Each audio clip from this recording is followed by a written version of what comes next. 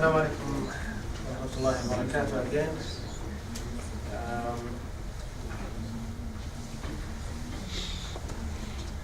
In 2014, we have a workshop to develop a Saudi Arabia guidelines for Arabic. And as Professor Saleh said, that we have a problem, in Saudi Arabia, so we have to start solving this problem by knowing the magnitude of the problem, as he explained very well in his slides, by doing something from the government and from the ophthalmologist and the health also, that everybody is involved in the care of the premature baby. So we have a gathering of almost 30 specialists from as ophthalmologists, neonatologists. Also, we invite IT from King Fahd Medical City and from the Ministry of Health to have a proper guidelines for Saudi Arabia. And it is according to what we have here this morning. According to the studies, it is out of the best of the evidence-based medicine according to the studies that have been in the last 20 years.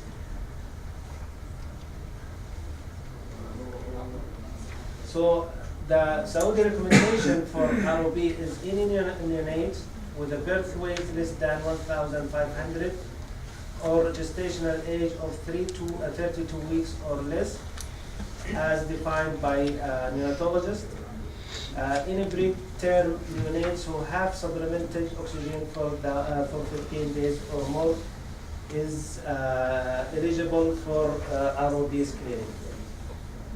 The examination, the ophthalmologist note should be made after each ROP examination,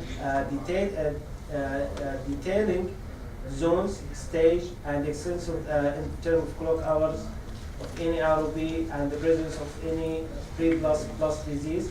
And this note should be included a recommendation for the timing of the next examination, if any, and kept in the patient file.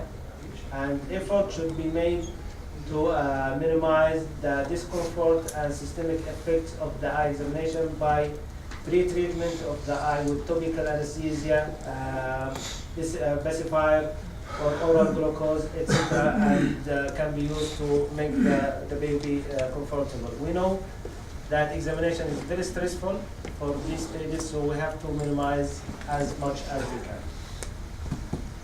can. Pupil dilatation by tropicamide and phenylephrine 2 times each drop, 15 minutes apart, instilled 1 hour before examination. Retinal examination should be done using the latest spectral scale reverser and also 28 diameter lens. Retinal examination should be performed after the pupillary dilatation by expert ophthalmologist by indirect microscope, or we can use the wide angle retinal digital photography to detect ROP.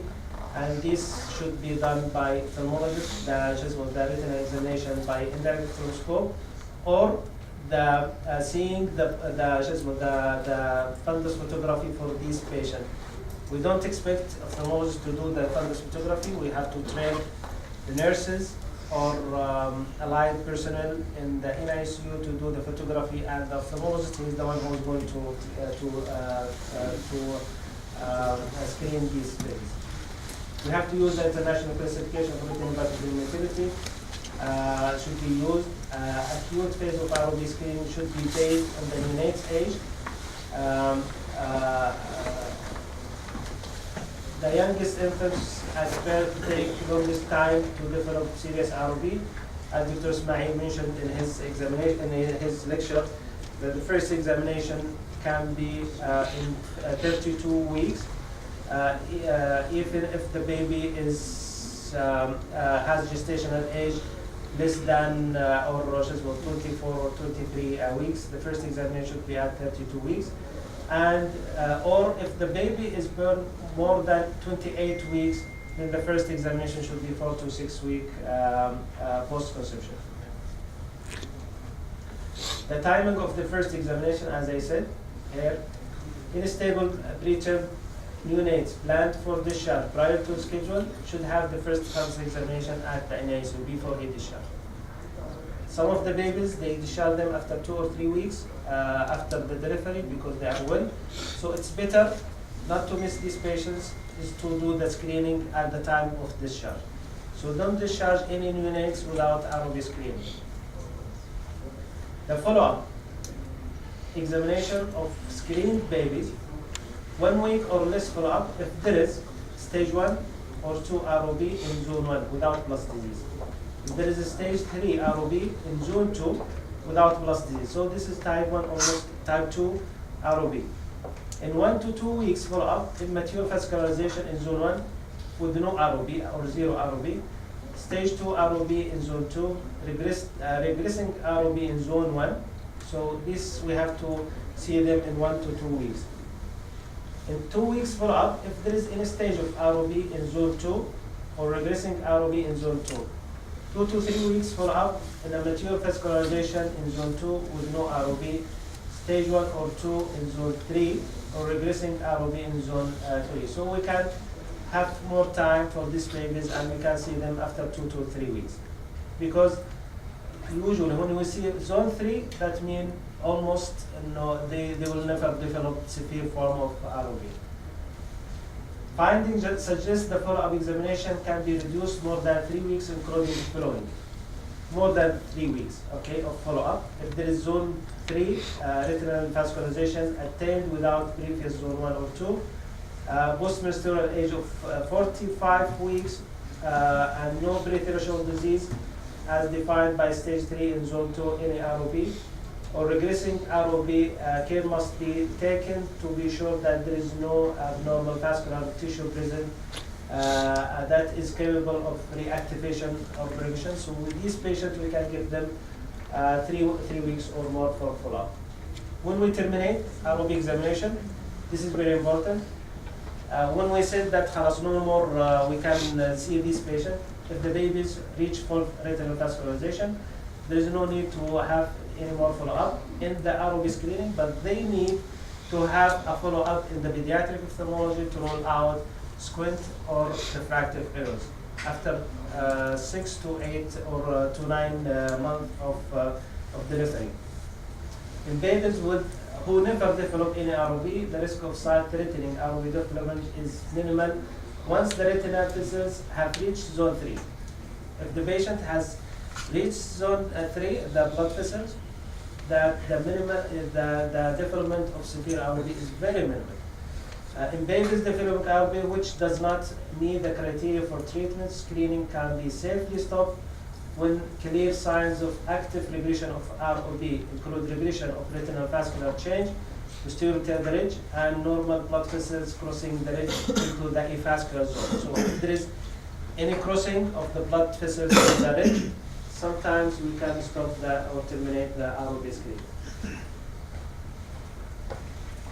In the presence of ROB, screening for progressive active disease may be discontinued when any of the following criteria of regression. This is the criteria of regression seen in 2 successive examination: partial resolution progression towards complete resolution, change the color of the ridge from salmon pink to white, translocation of vessels through the demarcation line, commence the process of replacement of active ROB lesion by scar tissue.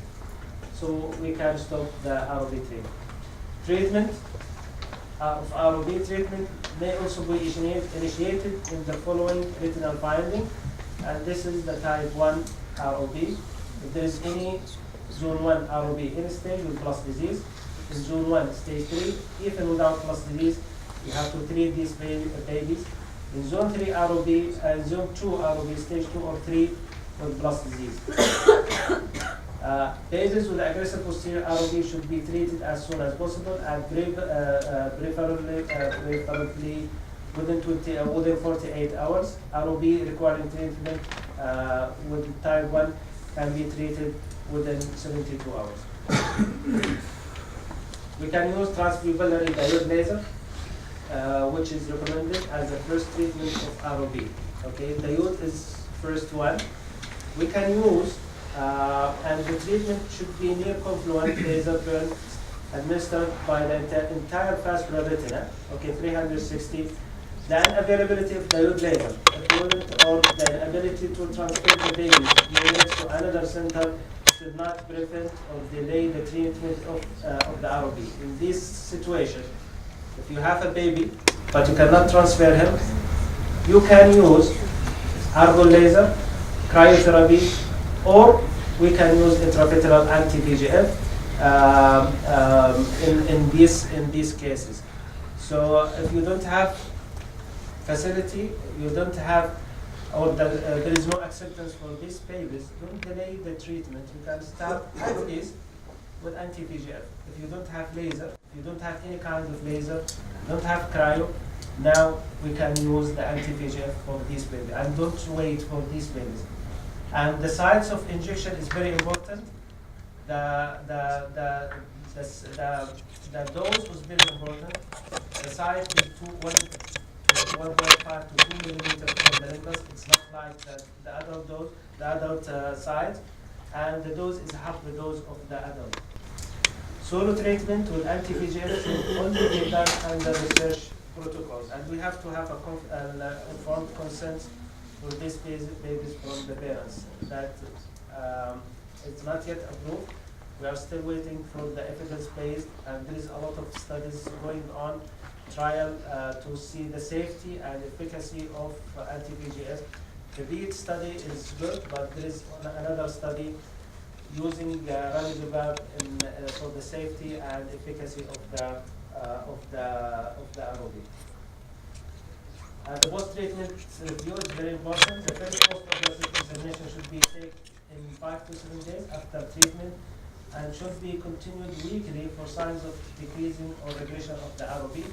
Retreatment or seeking another opinion should be done after 2 weeks if there is failure of ROB to regress. If there is still